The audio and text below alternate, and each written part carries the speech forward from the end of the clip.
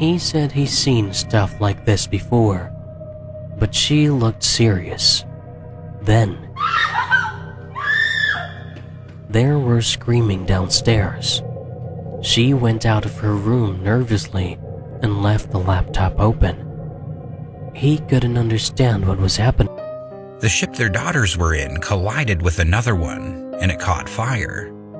The gasoline burned not only the ship, but the sea around it. There weren't enough lifeboats, and most of the passengers either burned alive or drowned. It was a massive tragedy, and to this day, one of the worst maritime disasters in the world. But then, she saw what looked to be blood on the floor on their dorm room. And as she stared at it nervously, she got another anonymous message on her phone. It was a close-up image of a bloody hand. It was clearly of Iris. She rushes into Iris's dorm room, and there she was. Splayed across the bed, eyes gouged out, lacerations all over her body, neck, and chest. She stood there. It was dusk, and we were only accompanied by the light from our torchlights. It was all normal until the day after. During recess time, we all gathered at the canteen to talk about how we needed the water supply system fixed, so we don't have to take our bath at the creek again. May's jaw dropped. She rushed out of the club and looked around. She ran through the streets, shouting Trish's name.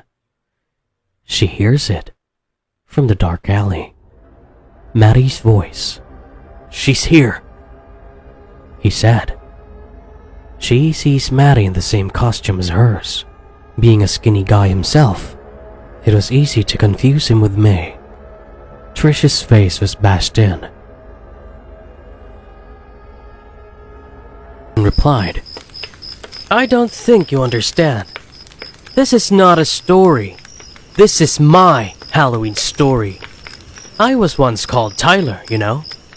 Suddenly, Justin and Dawn are surrounded by men with duct tape and rope. Justin smiled. "And now," Dawn and Mark are crying as their mouths are covered in tape. "It's your story too." At first he hesitates, but then seeing his poor wife tied there, shaking, he had no choice. "I did it.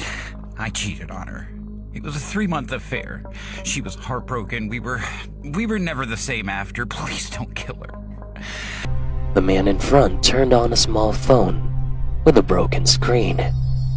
As the phone lit up his face, his eyes were blood red, and he looked drugged, out of his mind. "I peed faster than I've ever peed in my entire life." Suddenly, I got an Instagram message. There is a guy on YouTube who claims to be Satan himself, and he promised people salvation in return for blood. One night, I walked in on my brother, moaning in pain. I peeked through the door of his room and I saw what he has done. It horrified me.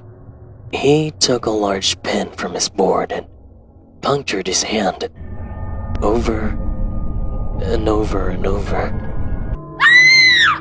She screamed instead. He brings out his hand, and it is holding a small pocket knife. She runs for it. The guy tells her he just wants to talk, over and over. He says he's a fan, while running after her with a knife. She manages to go up the stairs to the second floor, but he is able to grab onto her foot, making her fall. She kicks and kicks, but doesn't land any of it. She, however, is able to get free. How? How are they able to open the door? The man lunged at Alan as he hit the robber squarely on the face, blood gushing out of the guy's head, and he became even angrier. While on the floor, the man manages to stash Alan in the foot, creating a long gash that starts bleeding out. He's got a gun, he says. I asked where the guy was. He said the men pulled a gun on him and told him to give him the key to 1214. Then he heard gunshots. Turned back around one more time, and there it was. A shadowy creature with glowing red eyes, peeking ever so slightly over the bed. Waking up in the night in a tightly locked room, disoriented, and then realizing that she was stuck with dozens of corpses all around her. She would have gone to the door and the windows only to realize that they were shut airtight. We can only imagine, because she was never seen alive after this. He walked slowly towards the stairs, Kaylee looking on worried. He turned to the corner and saw 2 dirty feet, some liquid in between them, falling from inside the skirt of a decomposed old lady. Is she peeing? She stared at him intently, and in the blink of an eye, she was in front of him. Grandpa, it's us. Who the hell are you? He asked. My brother answered. We're your grandkids. He said he had no grandkids. His daughter is still in high school. My mom told my dad to call 911, but all we heard were gurgling sounds. I slowly moved across the counter to see my dad twitching, and then I saw it. A wound on his neck, bleeding out. He puts his hands on Keith's shoulder and asked him, "What are you doing with my wife?"